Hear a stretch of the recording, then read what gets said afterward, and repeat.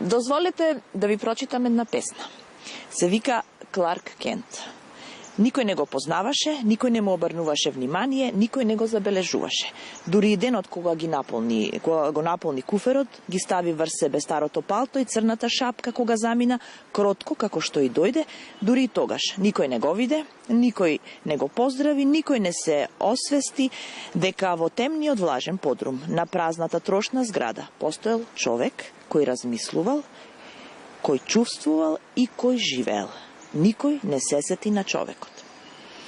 Зошто ви ја читам токму оваа песна од најновата стихозбирка што се вика Интензивен курс по агонија на Исток Улчар, е многу важно за да знаете со каков поет всушност во иднина ќе се среќава македонската култура, македонската поезија. Песната е напишана во 7 оделение, кога Исток имал 13 години. Така, Исток? Да, 13 години. Ова не е прва песна, но е единствената песна од тој период што се најде во вашата втора стихозбирка. Зошто се најде оваа песна токму овде? Затоа што е пред се многу сериозна за дете од 13 години. Исток сега има 19 години.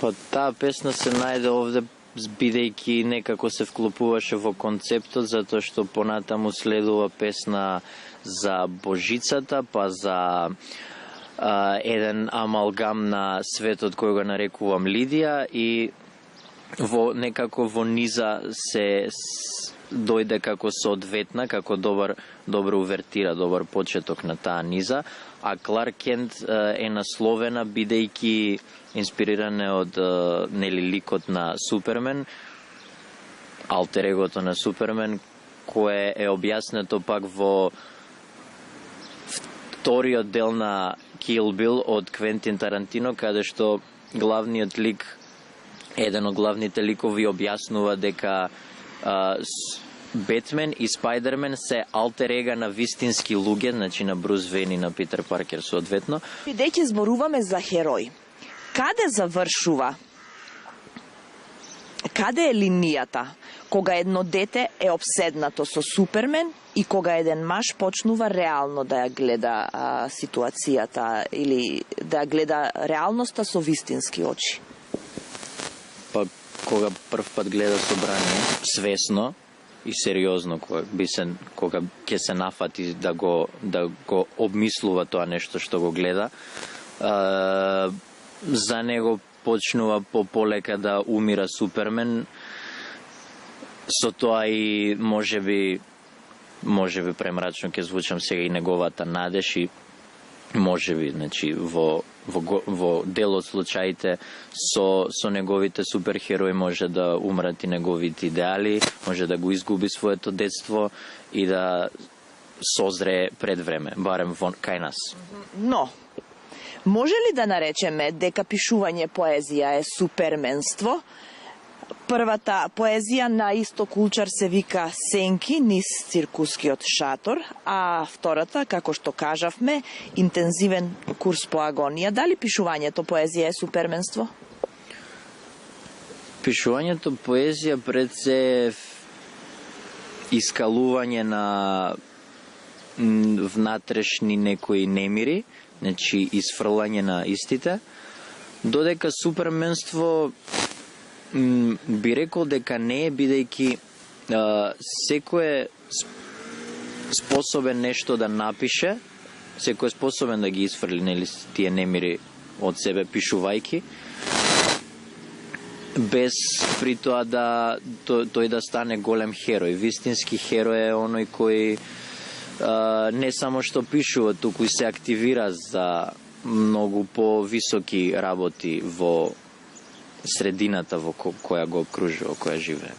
Мора да кажеме дека крушата под круша паѓа и дека Исток Улчар е внук на нашиот познат поет, писател Ристо Ѓајачев, но тука не сме за да зборуваме за поезијата на неговиот дедо и воопшто и нема ни да се осврнуваме, но колку во семејството едно дете кога има на кого да се огледа, тоа гледам дека влијаело исток многу врз вас. Сигурно сте разговарале многу со дедо за поезија, сте анализирале, предпоставувам, и ова е можеби резултат на некои такви разговори.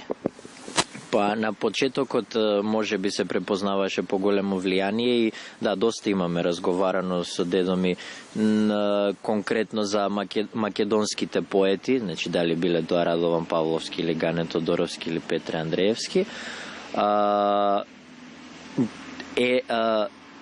Една од песните кои се резултат на тоа некакво влијание, не преголемо, се песната која само што ја прочитавте, додека понатаму гледав да не го слушам толку многу и баш може би се случува тоа што тој ќе ми го каже да го направам спротивното, за да дојде мојот личен печат до израз. Може ли сега вака малку да ми го придржите микрофонот? И јас да прочитам нешто што многу ми се допадна. Благодарам. Од првата стихозбирка се вика Бестрашен, ќе прочитам само дел од песната. Не се плашам да влезам во погрешен автобус, не се плашам да снесам јајца од ној, не се плашам да се влюбам во фикусот кај В, не се плашам да оплодам во земјанка, не се плашам да ги запалам влакната на јајцата, не се плашам да си ја крстам ќерката Зјаре, и од многу работи нашиот главен јунак во песната не се плаши и крајот завршува. Има многу работи од кои не се плашам, ама се плашам дека ако сите ви ги кажам, нема да ми поверувате. Што е поезијата? Лична верба или пак настојување да ги натерате другите да веруваат во на што верувате вие? Тешко прашање, никош не ми бил даден избор меѓу овие две. Може би помалку од двете. Може би е неверба во тоа што доаѓа од личноста е невербата, но таа неверба ги тера читателите да може би да најдат утеха дека не се единствени кои не веруваат, па кај нив се јавува некаква надеж. Ќе го завршиме разговорот со ова. Исток Улчар, мило ми беше што ве запознав и од овој момент вие добивате уште една обожавателка плюс на вашата поезија. Ви благодарам што ни бевте гостин. Благодарам на вас. Се најубаво и да се видиме и за третата книга поезија.